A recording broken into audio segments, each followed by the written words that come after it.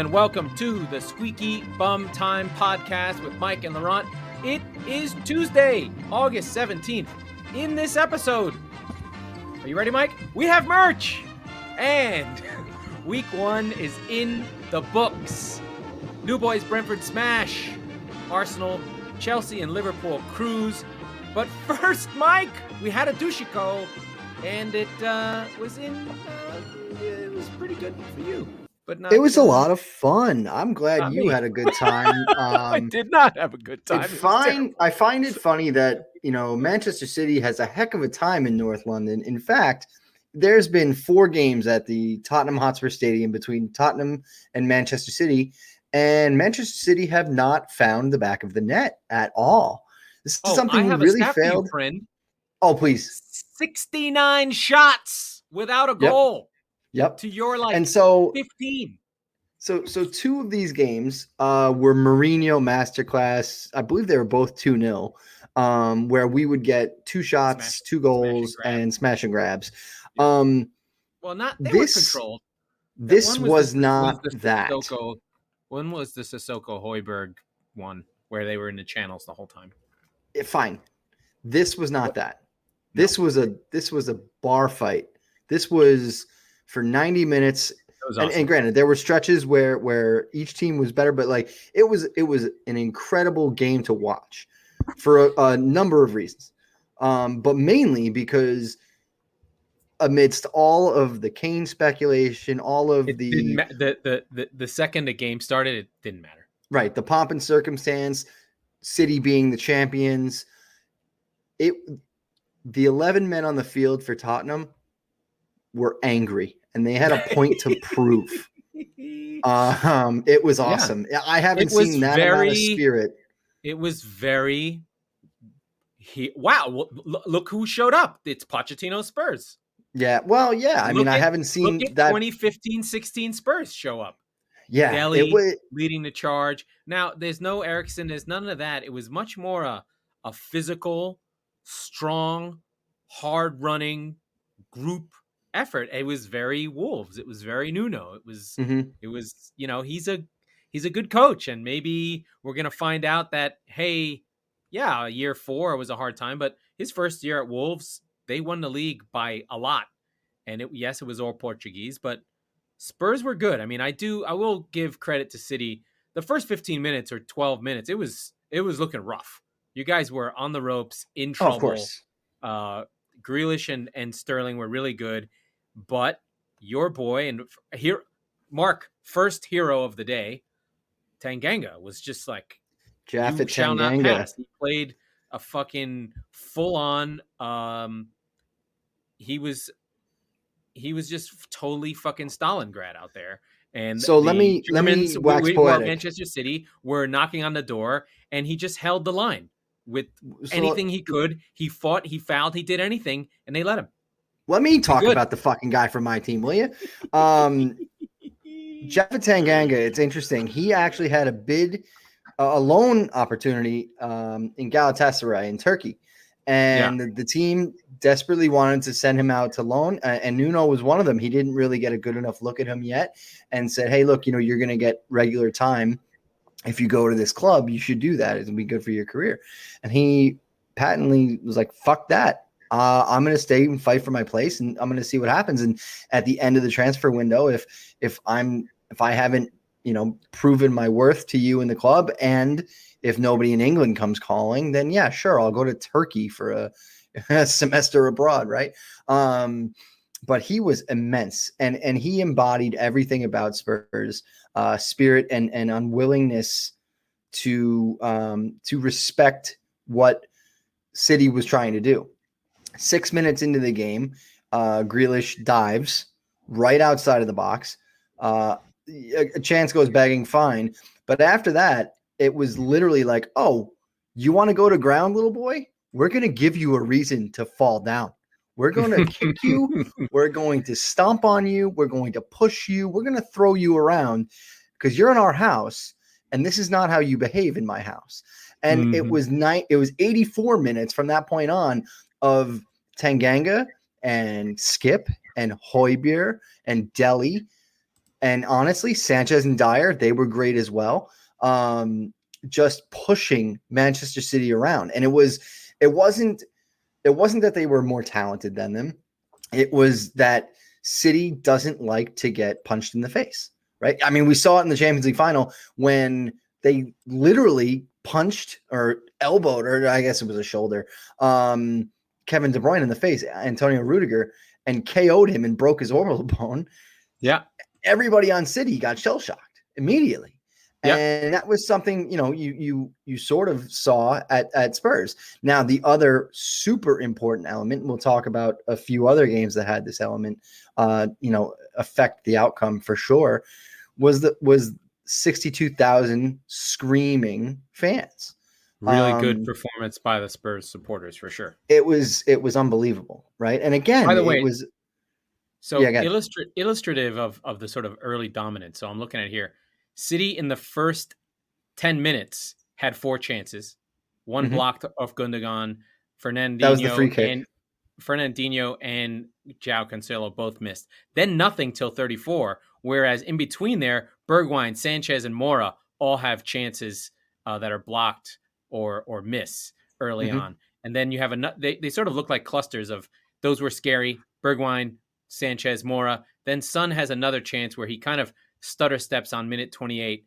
Then again before the half ends at 40 and 42 with Son again. So, and it was all from Mora on those two. So Mora and Son were really clicking. And instead of the Harry Kane dropping deep thing, basically Mora was like, fuck this passing thing. I'm just going to run past people. Yeah. And then pass it. Yeah. So. I mean, a lot of the play was built out of those wings. But a lot of strength in the midfield. There was a lot of balls that were being won, especially Dele and especially Højbjerg. We were getting a lot of joy down the right wing because for whatever reason, Pep decided to start Benjamin Mendy at left back. He's awful. He's fucking hilarious to watch. He's so bad. And it was so weird. I mean, we talked ad nauseum in the season 1 of the Squeaky Bum Time podcast about soccer being a weak link sport, right? Yep. This was quite literally the embodiment of that. And so it was still striking to see such an impressive Man City team. The club on the field costs $900 million, and to have somebody that's that far off the pace, and everyone just go get that guy. He sucks. What is he even doing here? And it's not obviously it's the beginning of the season. There were fitness issues with a number of players, but Zinchenko came on as a sub, which means he was more than available. And so this comes down to another Pep mismanagement for me. They got so much more solid once he came on. I think absolutely. For some reason with Mendy, there's a squad thing. Everyone likes him. He's a good guy. He is ingratiating to the team. I think Pep feels like he has to play him because he probably brought him in. But whenever he plays, City are bad. And a lot of it is because his defensive capabilities and speed, which he used to have, are just gone. And people run past him. He tries to come up on people and they disappear.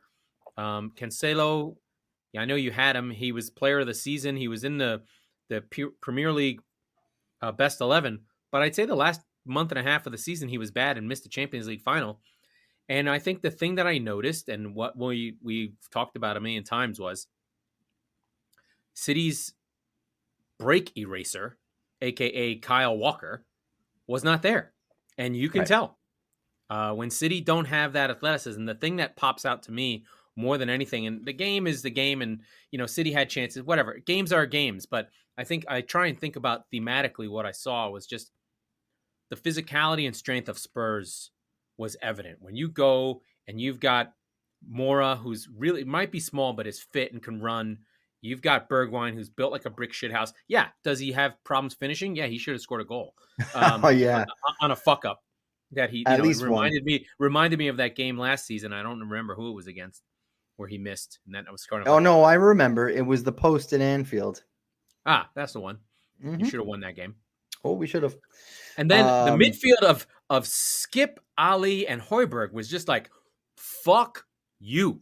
We are going to kick your ass. And they weren't really making forward passes. I don't think Skip had many touches or passes at all. But when everyone got close to Spurs, got close to City in the middle, they fucking got hit. And that made a difference. And I saw Ali did a lot of that. And I thought Fernandinho was like being a warrior, but getting his ass kicked. Like there needed to be more in there. And, Gundogan is a nice player. He's tidy. He's quick at the ball, but he can't match the physicality of big, strong dudes. Like City was getting roughhoused. Well, and they were hunting in packs, right? And so that's kind of what Nuno has sort of preached, during the preseason and wolves. It was packs like wolves. Literally, yeah, right, exactly. So play wolves and so I mean, we talked about it on the preview show. I made a joke, Nuno knows, right? And so that's without further ado, that's our first piece of merch on the Squeaky Bum Time podcast with the Chop Sports guys. We made a Nuno knows logo with the Are you ready? Are picture. You gonna count down? Do I have to count down? With the picture of him fist bumping. Go ahead, show our friends what 3, we 2, 1. got. Here's our unveiled. Ooh. So if you're listening to the pod, you can get this Nuno Knows shirt. You'll see it at chopsportsmedia.com. It'll be under the Squeaky Bum Time section. You'll also be able to see it on our social media and stuff like that. But we'll put it on the site for sure. Oh yeah, absolutely. But yeah, that's going to be basically put on shirts and in the store, available for purchase as early as you're listening to this, from what I am told. And one of the things we're also doing on, if you don't notice, is we do stream these after the fact live. We'll chat and you can watch the show. So there's lots of ways to catch us, and maybe even on Twitch or Instagram or anything. Then you can see the shirt live. So if you listen to it and then you're like, hey, I want to check it out, you can find it live usually 24 hours after the pod goes up. So yeah, I made that joke beforehand and it came to be true. So that's going to be a thing. We're going to do hashtag Nuno knows from here on out. Anytime someone, anytime Spurs win a big game, essentially this season. I have to do something for Pep ponders, and then he paints a fucking weird lineup. Well, we'll just wait until you come. We'll just wait until Leicester beat you 5-2, and we'll make a hashtag Pep out shirt. Oh, Speaking of, thing I want to. Oh, go ahead. One thing I want to talk about with this game, though, is the way that Anthony Taylor managed it, because it was good. It was really good. It was unlike a lot of the games we've seen in the last few years. It was chippy, but it had the opportunity to get real shitty, and it didn't. But I think that came down to the way that the referee was managing it. Yeah. Mm-hmm. He pulled Lloris over at one point. Grealish was really getting frustrated, and I was loving every second of it. He got the shit kicked out of him. He got the shit kicked out of him. He does play for that. So understand that, like I mentioned earlier in the show, he dove very early in the game. It was egregious. He got away with it, and the crowd really started to get on him every time he got the ball. So it was a combination of 60,000 people screaming at him, which, by the way, aside from Wembley in the Euros, he has not had. He hasn't had. In fact, he's never gotten booed, probably ever. No. So it was his first experience of being, frankly, the bad guy. Let's backtrack. In the championship against Birmingham City, which is Aston Villa's rival, a fan came out and punched him in the face. Oh, yeah, that's true. I forgot about that. Actually, it was worse. It was a sucker punch. You punched him in the back of the head. Yeah. I forgot about that. Wow. He's gone through some, and he was cool with it. He was like, "My man." He was. Whatever. He laughed. He's like, "Whatever, dude." I remember that now. But no, it was the constant over 90 minutes, just berating, frankly, and the getting the knocks, right, the getting the beaten up. But the way that Taylor managed it, there were a few yellow cards given actually near the end of the game. I want to say like 85th, 90th minute to Grealish and to, I believe, Lucas Moura. And there's they had a little bit of a Sanchez. It was. And there was Moura got one early. The one you're talking about late is Sanchez and Grealish. Sanchez. Okay, I couldn't see who he gave it to from Spurs because they were off screen. But the funniest part about all that is that there's a picture from that exchange of Grealish wagging a finger at Lucas Moura. telling him, you dove, you can't do that. And everybody's like, are you fucking kidding me, dude? You do that for a living. Like, so it was fun. But yeah, so real quick, in the 2017 season, Pep Guardiola called Tottenham Hotspur the Harry Kane team. Since he's done that, Tottenham Hotspur has beaten Manchester City 4 times at home. They have not conceded a goal. Harry Kane has not played any of those games. I think that's really fucking awesome. That's a great anecdote. Yeah, I don't know. Fuck you, Pep Guardiola. No, I think what happened is probably in that moment he probably just forgot and just kind of like spaced out and just called him the Harry Kane team. Like, you know what I mean? His English isn't great, so that kind of thing happens. Oh, but I understand. On the City side, it's just like City are a very high-end machine that it doesn't work when it's not right. Like it's a fine-tuned engine.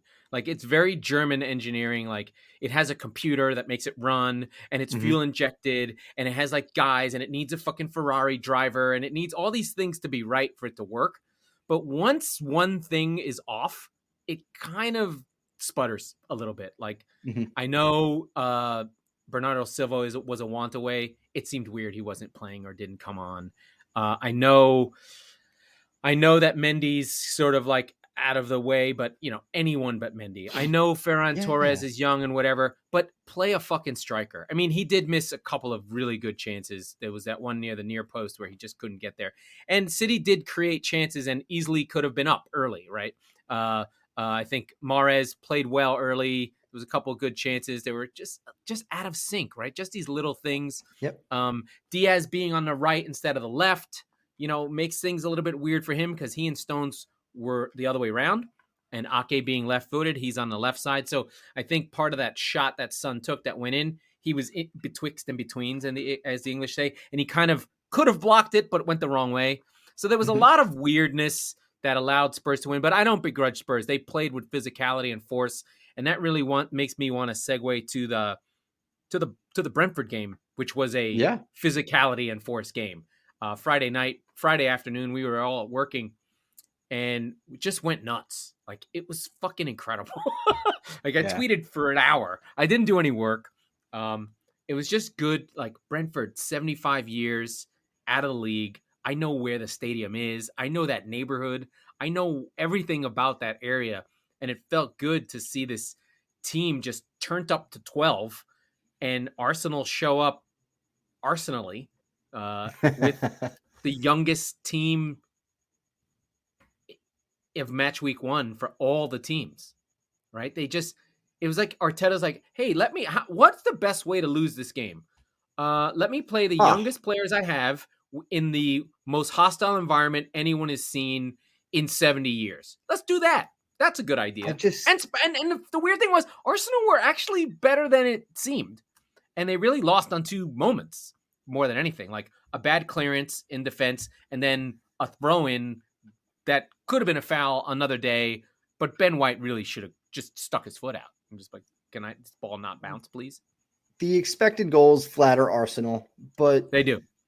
I watched that game and it did not feel that way at all. No, at all. But there were at least 2 really good saves by Raya. Really good. Yes. No. Without question. Right. But it didn't feel it, right? The flow of the game didn't feel that way. Like you said, Arteta set them up to fail.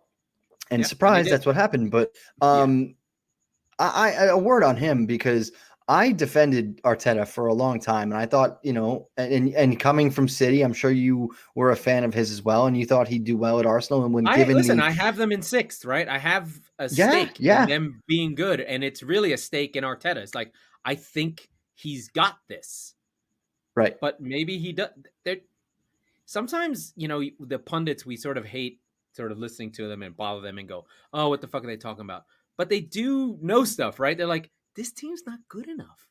They're just not good. Oh, no. It didn't take a pundit to know that. I mean. No, but you know what I mean? Like, you just like, oh, it's Xhaka. Like, what the fuck's he going to do? It's like, they're relying on Emil Smith-Rowe. He's 20. Like, what is he going to do? Like, what is he supposed to do? He's supposed to. And I did think he was good for what it's worth. He was really good. Like, he had that one turn and shot which was good. And then there was one other one. I think Tierney. It's always the same three players that make Arsenal go. It's Rowe, Tierney, and Saka. And if they're not playing and they're not awesome, they're not good. Although, to your point, your boy Martinelli played and he was bad. Yeah. But I mean, everybody in the attacking band until Saka came on. Smith Rowe was good, but he didn't have anybody really to facilitate you.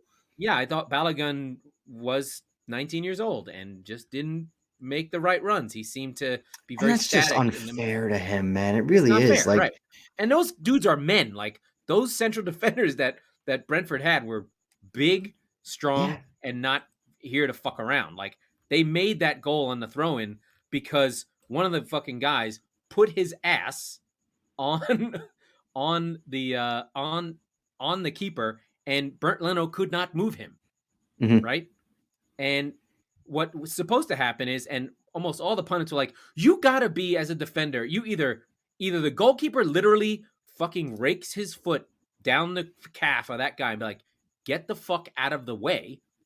Right. Or, your defender has to go and push him, right? There's a lot of physicality that goes on in football that people don't really realize until, why did that ball go in? Because someone stood on the goalkeeper and he didn't move the dude out of the way.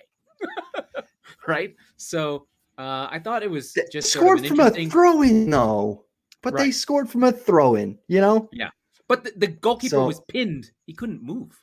No, I know. And they fucked the up. interesting thing, so we talked a lot about Ivan Toney leading into the game.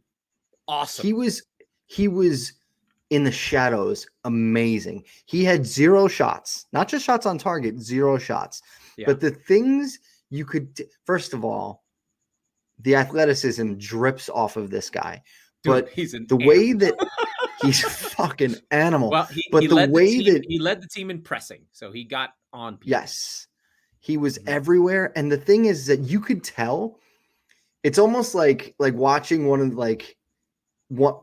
the all-time greats get, like watching like Kobe get mad at like his other guard for not thinking the way he did, because Tony would take a pass and he would like pass it and just make a run, or vice versa, and he would get like stop me, like what are you doing? Why are you not me? Just go be me, right? Yeah. There was a couple times where I caught him doing that, and it was just awesome to see them. To see a championship player coming up into the Premier League and looking like he's already 3.5 steps ahead of every move he's making. And it was just so interesting to see somebody moving that far ahead at that speed. It was unbelievable. So he's like the size. He moves like Pogba, right? That kind of like galloping gait, but has like, and is somewhere 2 notches below the muscular of Mikel Antonio, right? So it's like a lanky kind of Pogba, but jacked like Mikel Antonio. You're like, who the fuck is that dude? He stands out. He's a brick shithouse. Now, so he's going to be even more fun. And to your point, right? His partners, right? So Caños and Mbueno in the front three were both were the ones who sort of like scored the goal and created the chances. But it's Tony who's sort of facilitating and making all that happen. As a group, they worked as a unit between, all those guys, between Canos and Mbueno. Mbueno was also really good. Like their whole front three, they just, when they went forward, they created chances. And to be fair, like Arsenal were not bad in this game. So the narrative is a little bit intense, a little bit unfair, I'd say, sorry. But I think as a new team in the league, playing with fearlessness, playing with intensity, playing to their style, like you knew what they wanted to do and you kind of had a sense of it within, 5 or 10 minutes. So like sometimes they went long, sometimes they played short, a lot of mixing up of their play. They didn't have a tremendous amount of shots, but they were so good. Like they just made fans immediately on a Friday night. Like, okay, this has to happen now. Like, Brentford are amazing. Yeah. And the fans had just killer fucking chants, and it was loud, and they was were the great. Whole stadium. And it was like we talked Hotspur about. Was incredible. Oh man! Or did you hear the other one? We're just a bus stop at Hounslow. Oh, even better. Yeah, but I mean, you'll always listen. when you're beating Arsenal in the way that you do, and we called it on the show, you're going to have my heart. But when you throw in, hey, Arsenal, you're just a shit Tottenham Hotspur, I mean, well, or where do I just get your my support shit. jersey? Where your support is fucking shit. I mean, just killer shit housing. And I'm sure any away supporter is probably there going, okay, yeah, all right, you got me, right? Like no Arsenal fan is like, oh yeah, that sucked. They're like, okay, yeah, no shit, we tip were of the bad. cap to you.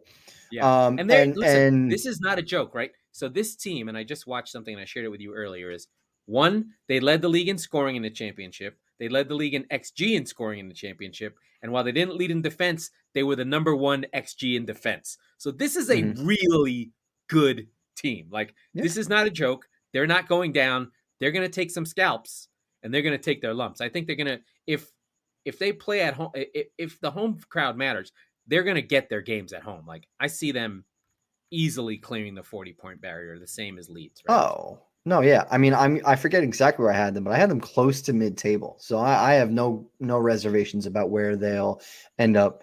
But I think the lasting image for this game to me was, again, it had been 70 years. You had them in 11th. There you go. Yeah, see? So just about mid-table. 70 years since their last Premier League game, which incidentally was also against Arsenal, which is weird. Right, bookending. The fucking script writers, man.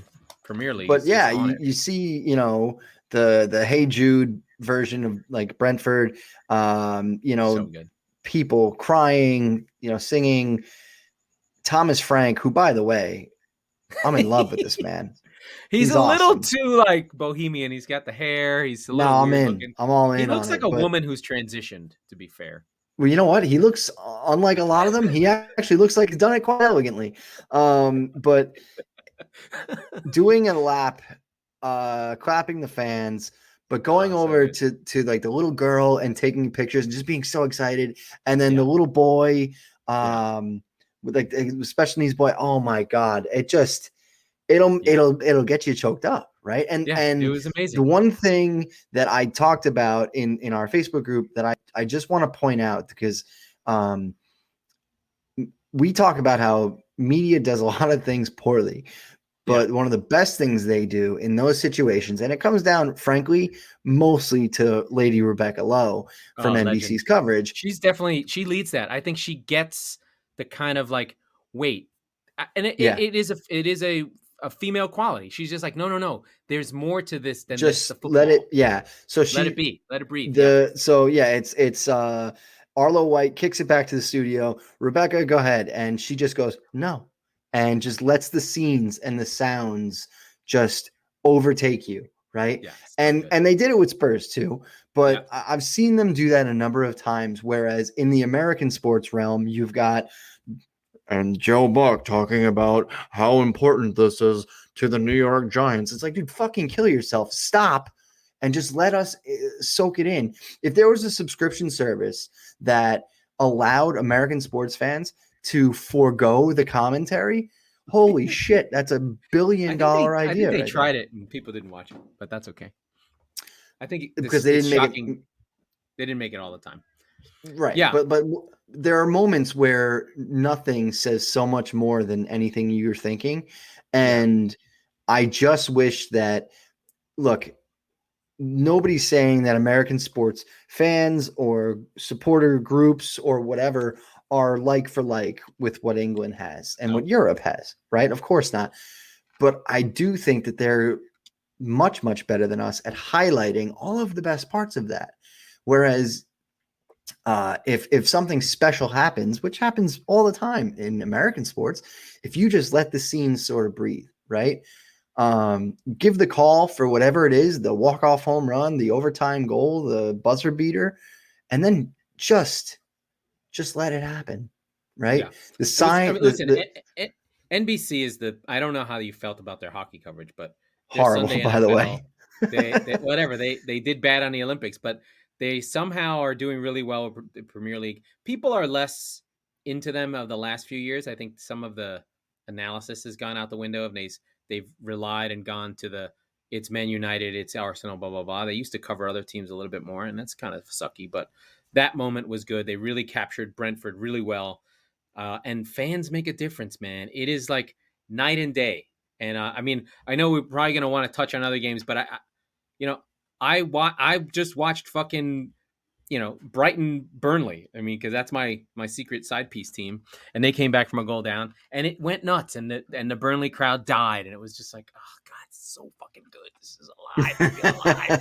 Right? Then I text you like when the goal went in for Canos against Brentford, I was like, I am alive. I have come back to life. I feel amazing. Like only football does this. I swear to Christ, there's no way that American sports have these moments, and I still think fundamentally it is because of so much that is riding on the games. They've somehow created a narrative, the down and the up, the you support your local team more than anything, the nature of locality being so important. I don't know how they do it, but it is captured. There's no, like, a Pirate fan doesn't care if they beat the Yankees in a 3-game series because they still suck and they're never going to win and they'll be there tomorrow, right? Well, but for Brentford, they've got the Steelers. They win this game. They have this game forever. It is, were you there when we came up after 70 years and we beat Arsenal? That'll be in the annals of that team forever. Yeah. It's just a thing, right? Mm-hmm. So we gotta talk about other games. So let's talk about our both our evil and hated. Well, before we do that, before we do that, let's talk about our friend Joe. Joe. Oh boy, here we go. What do we got, Joe? I'm talking about Joe. We both try to save a lot of money and try to make smart financial decisions, and one of the things that's made an inflection point and a difference in our lives is Joe at Attitude of Gratitude Consulting. He's got a unique way of kind of finding money in the couch cushion, sort of, but it's a family-centric way of making sure you're doing the right thing by you and yours, essentially. Do yourselves a favor, go to attitudeofgratitudeconsulting.com for more information. What you'll see when you go there is a phenomenally laid out website, really easy to use. If you see it, you can make a phone appointment with the guy the next day. He's always happy to hear from you and jump on the phone with you, listen to how you got yourself into whatever financial predicament you're in, and more importantly, help you find a way out of it. So we are big fans of Joe, and I know he's a big fan of the show, which is always good to know. So he wasn't with me to stop me from buying a useless electric bicycle, and I should have consulted him. You should have consulted him. But yeah, www. It was on Craigslist. It wasn't my fault.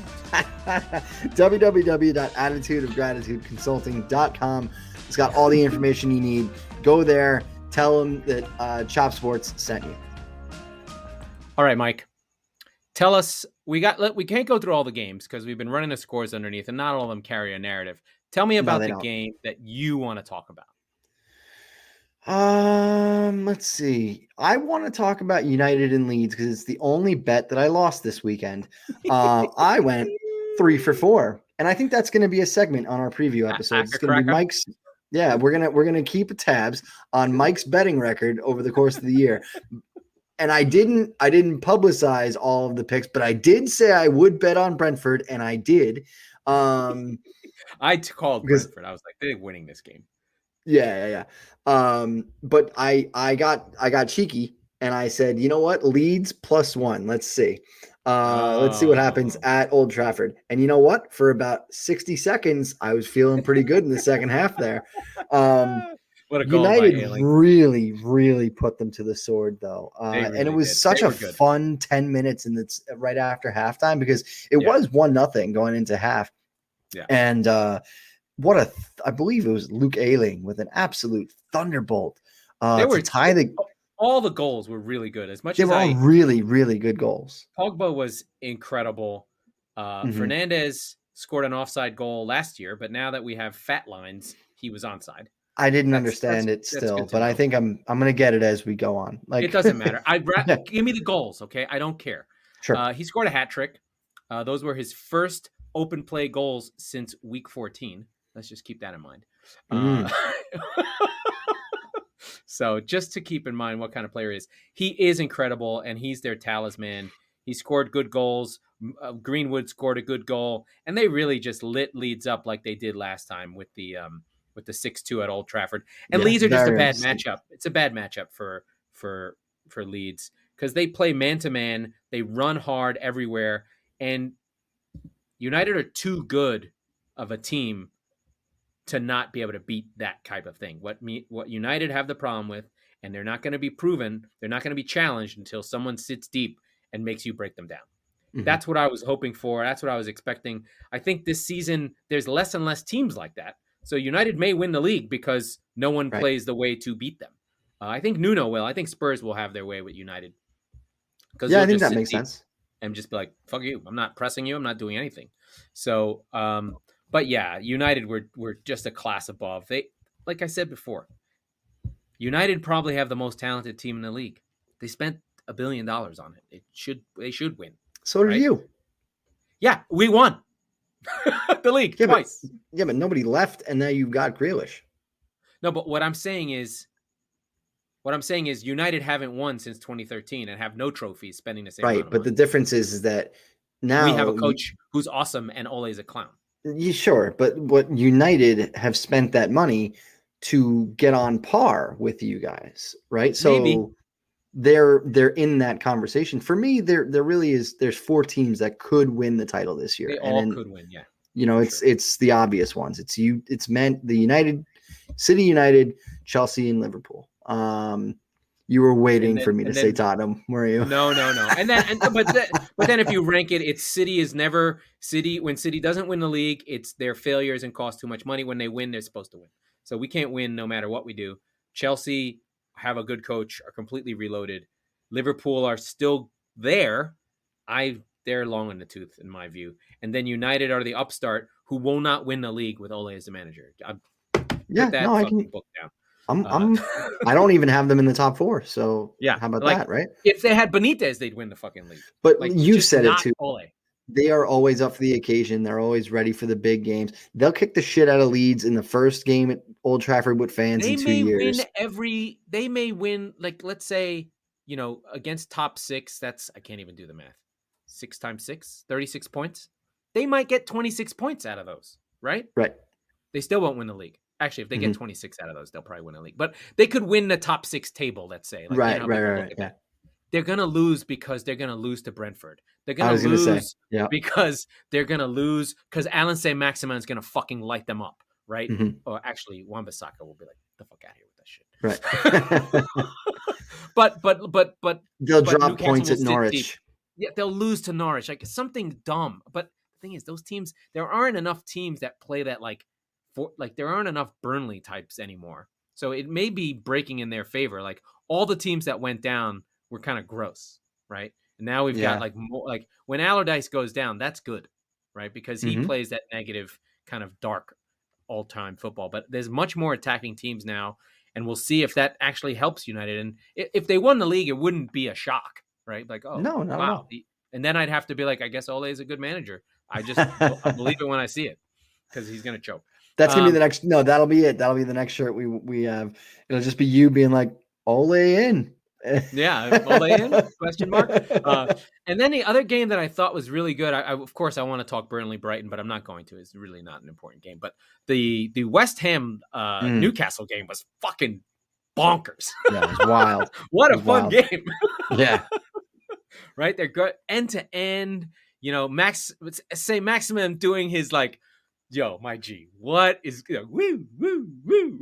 Yep. On the wing, outside the box, step over, spin, step over, back and forth, up and down, and then just chips across. It felt like he did a Rabona. It wasn't, but he would do it. And he then, would.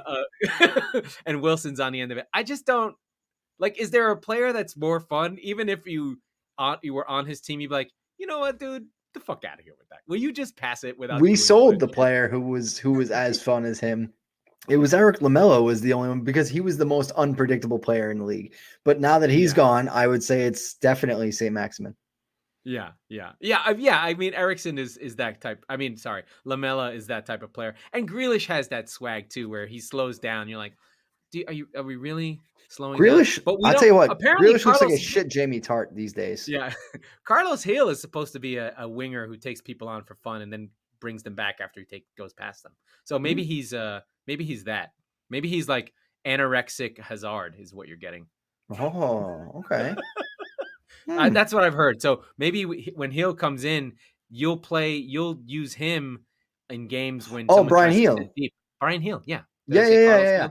Carlos Hill's you in did. MLS. I was gonna say that threw me off. Yeah, Brian Hill. There's a lot to see with him so far. I mean, he's a baby still, but he's all hair. He basically looks like a pencil with someone who put hair on the top. But right. Yeah, the Newcastle game was fucking up and down. I would venture to say, and I'm not saying something crazy here, but is Mikel Antonio like the most underrated player in the Premier League?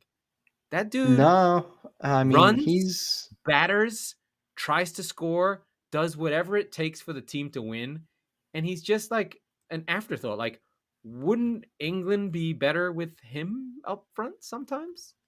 I don't know.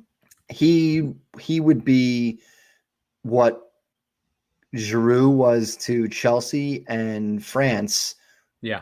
That's the role he could play for England, right? Where he comes in on the 75th minute and is just showing up, elbows out, like just smashing people around who are already tired. And he's just running totally free. Like, I think he would definitely have a part to play in England. By the way, are you ready for the St. Maximin stats back it up? Yeah, go for it. Attempted dribbles, 8. Successful, 7. That is more than the next 3 players combined. There you go. Okay. Actually, he had more dribbles than all of Newcastle combined. Newcastle combined had 6. No, and that makes sense to me. They had, there was Jared Bowen and Benrahma. I'd like to call out my prediction. Benrahma having a big season. He's on the score sheet, and he assists in Mikel Antonio. So I called it. I knew he was good. Again, Brentford scouting. And I'm excited about that. But this game was fun. Second half, fucking West Ham just puts the medal down, scores 4 unanswered goals. And that was just puts crazy. the game away. Including a missed penalty. Right, sorry, 3 unanswered goals with a missed penalty. Souček was just so anticipatory. He's literally running straight towards the goal on Antonio's run-up because he gave himself a little breathing room. Just a fun team. The league is just in such good hands right now. Like, it's just it just feels like there's not really any teams that we want to go down aside from Burnley and maybe Newcastle, where you're just like, I'm done with you guys.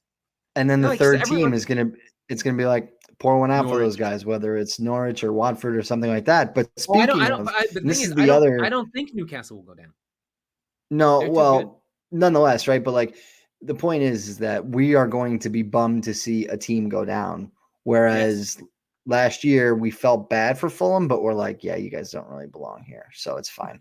But I think Sheffield was the one that was a drag because it's like Sheffield too. They deserve to have time with fans. They got no fans in the Premier League with no fans. They did. That's rough. Well, no, they got like 6 months, right? Like 4 months. Barely any time with fans. That's so yours tough. What was your other game you want to talk about? You want to talk about? There's one other one that I want to. That was honestly probably the biggest surprising game result of the weekend was Watford 3, Aston Villa 2. Right. Mm-hmm. The thing we talked about a lot was how well Aston Villa reloaded using the Jack Grealish money, bringing in Buendia, bringing in Bailey, bringing in Ings. Maybe by some defense, gentlemen. We just lost to Watford. Not that now Ismail Yassar was strong, had a good performance, and he's a very good player who carried them last season. He did, and in his initial Premier League, I guess, cameo in their last relegated season, he was sort of a ghost, and so. Granted, he's 2 years older. The main guy, right. But he's 2 years older now, and he's sort of the guy. And it's interesting to kind of see him kind of come of age. But I got to say, I did not watch a lot of this one. I obviously got the highlights, but that's one other thing. Just as a quick aside, that I give NBC a lot of shit, but the extended highlights is fantastic. It's 10 minutes long, and you're like, okay, I got everything that happened in this game. But yeah, so I mean, listen, they're Watford at was home. It was surprising. a big game. I don't know. I mean, they didn't pass it particularly well. Defensively, you are correct that, Aston Villa needs to be better at preventing shots. And Yeah, I don't remember Nakamba in the midfield or McGinn kind of being great defensive players. So historically, Konza and Mings have been really good. Konza is more of the defender who doesn't touch anything and just kind of breaks things up, and Mings being the left footer who kind of plays the ball. But I thought that, Aston Villa coming back into the game was good. They got a goal late. They got a penalty from Danny Ings.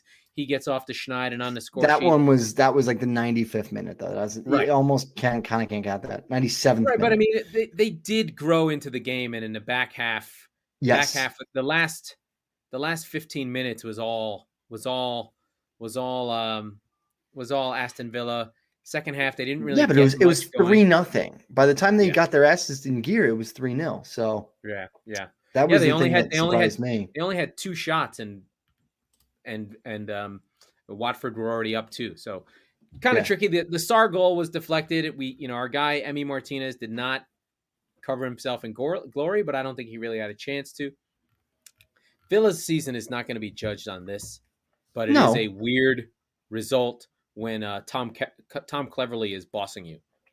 That's not great. That was the thing. It's just the way in which they lost.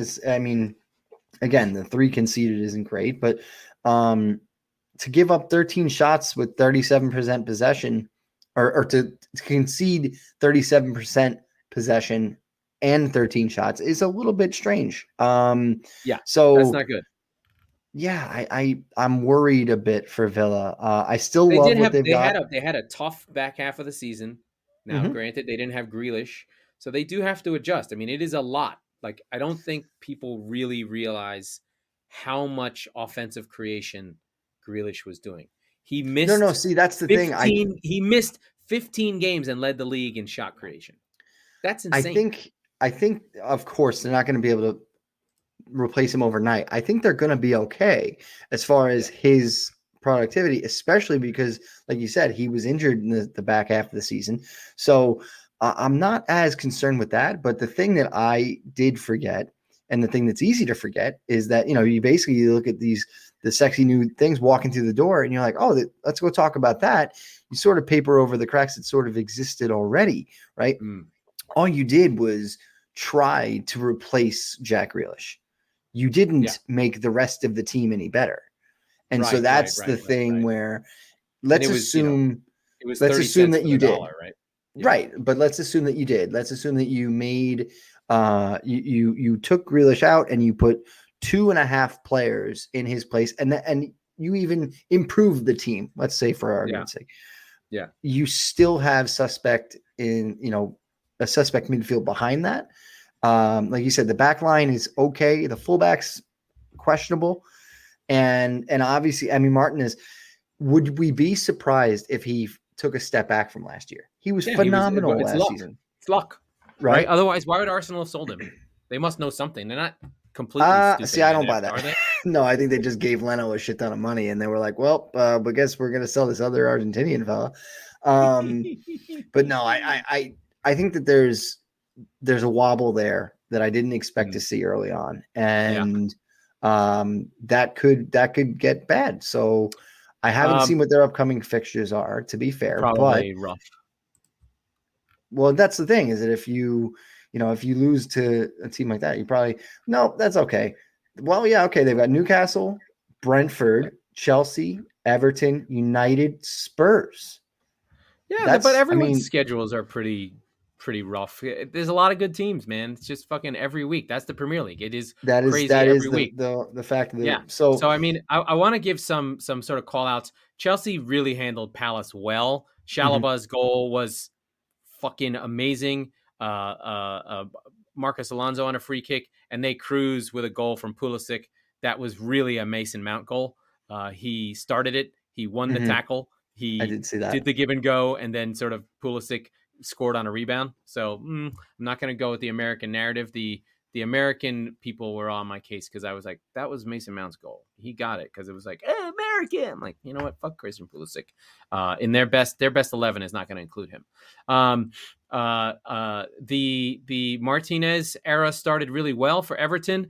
They led the week in expected goals against Southampton. Southampton are in trouble. It's official. We are putting the fucking sign out that this team is in fucking trouble. You know what the weirdest thing is that they were winning this game at halftime, and I went, "Oh, Everton's gonna win." I've never. But my guy Adams, I called it, scored a goal, so that felt good. Yep.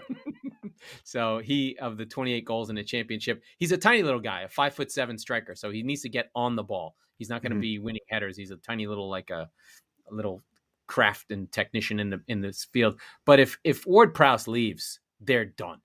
Over. They're really living on, like, Genepo and Theo Walcott are there for creativity on the wings, and they've got that 4-4-2, but it's not gonna look good. And real quick, we talked about how sneaky good of a signing it was for Leicester, but what we didn't talk about was the hole that it left in the middle of Southampton's back line.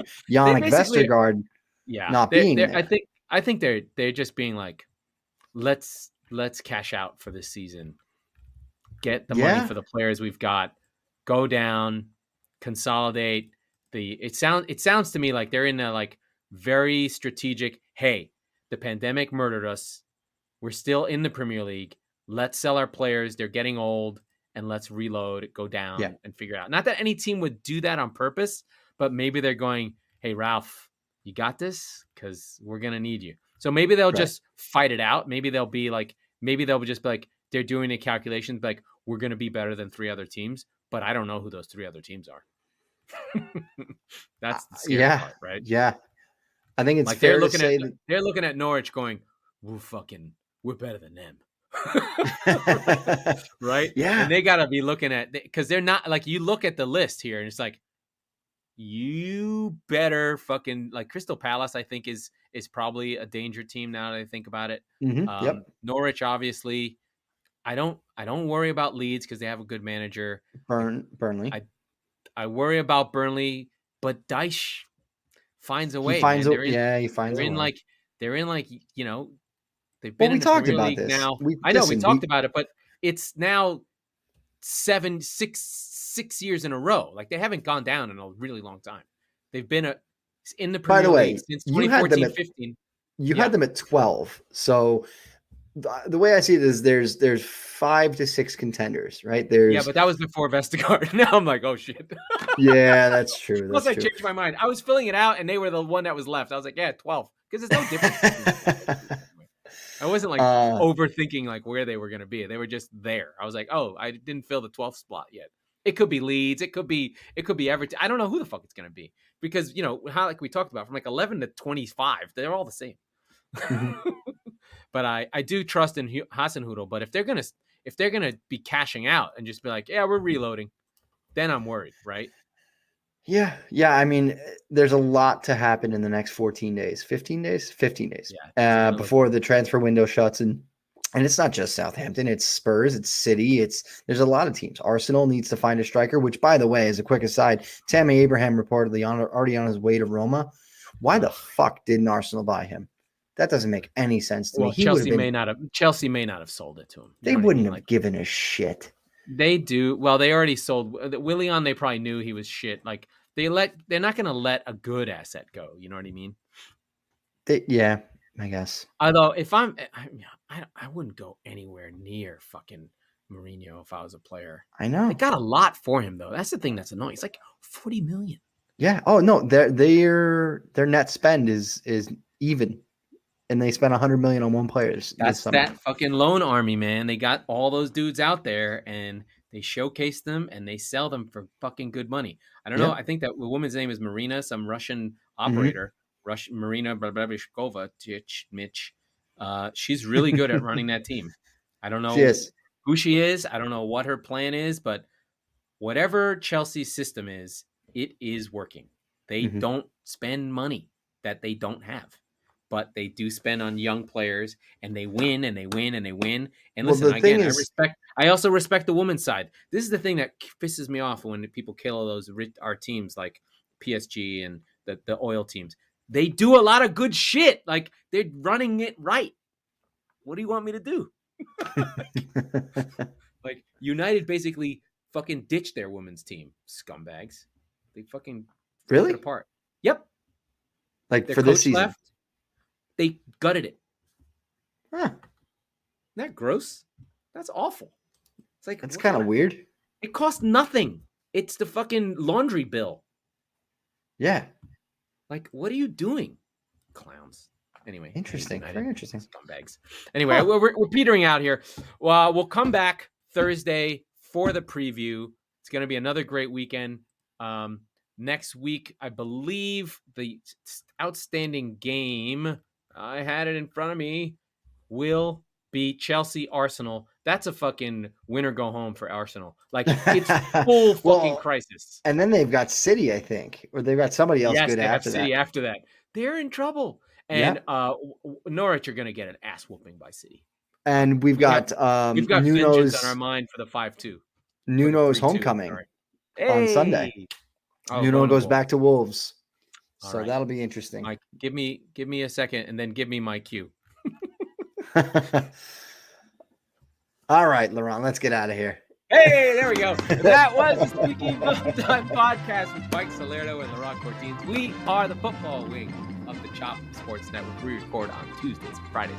So be sure to subscribe wherever you get your podcasts so you never miss an episode. And if you're listening on Apple, please rate and review the show and be on the lookout for the live feeds of the show and the Nuno Knows shirt. And I forgot to mention World War II. I am listening to the Rise and Fall of the Third Reich 50-hour podcast. I'm very excited. Wow.